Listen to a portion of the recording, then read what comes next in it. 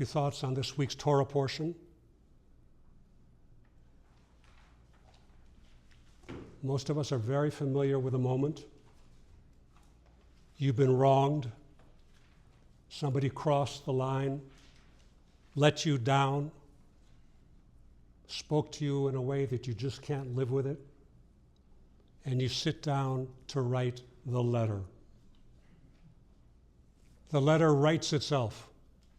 Every point, boom, boom, boom. Every accusation, boom, boom, boom. Every one is deserved.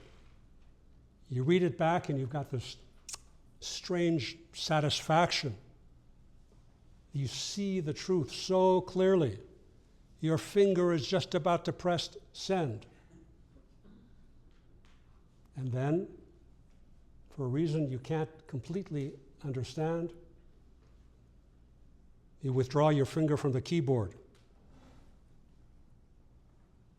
You read it one more time, as though you were the person on the receiving end, and something shifts inside of you. Every word is still true, but suddenly you see what receiving it means for the other person.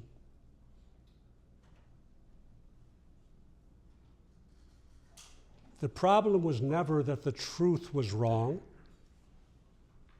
It was what the truth, if delivered that way, would cost.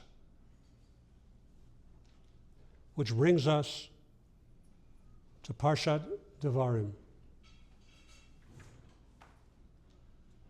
The Torah portion called Devarim, meaning words or things, as Rabbi Solish said. Opening up the fifth and final book of the 5 books of Moses, the book of Deuteronomy. First 3 chapters of the book of Deuteronomy. It opens with Moses at the very end of his life, standing before the entire nation to deliver his last words. Chapter 1, verse 1 tells us, "These are the words which Moses spoke to all of Israel." Rashi, the great medieval Torah commentator, explains these weren't just any words. These were words of rebuke. Moses was about to name all the failures of the last 40 years. And even if you're not a Torah scholar, you know we did a lot of not so clever things during those 40 years. Rebellions and complaints, misgivings, moments that now the people were not very proud of looking back on it. But here's what makes Moses' rebuke so remarkable.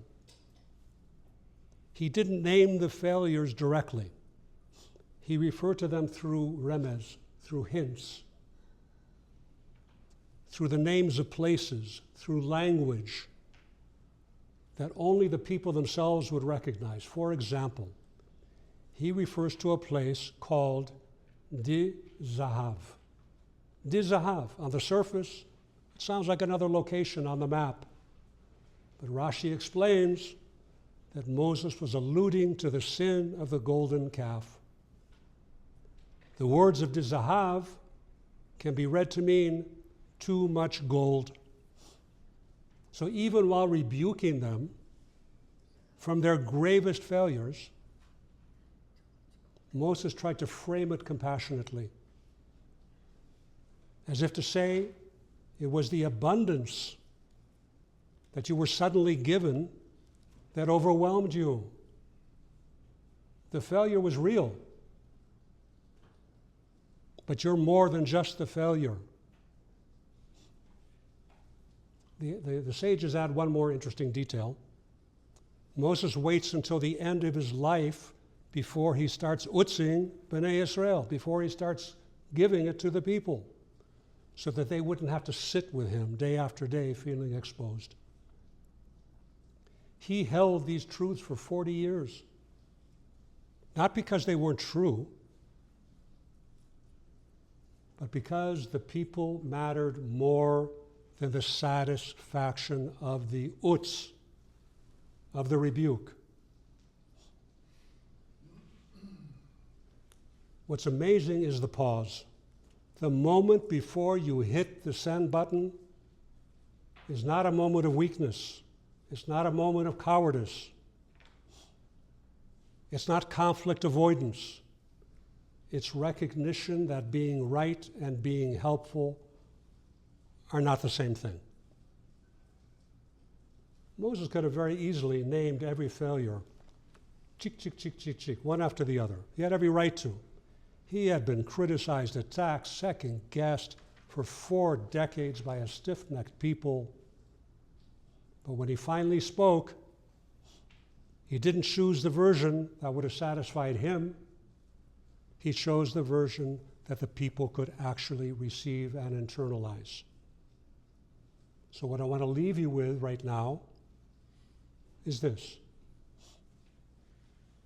What letter have you been holding that's waiting for you to rewrite it so the person on the other end can actually hear it?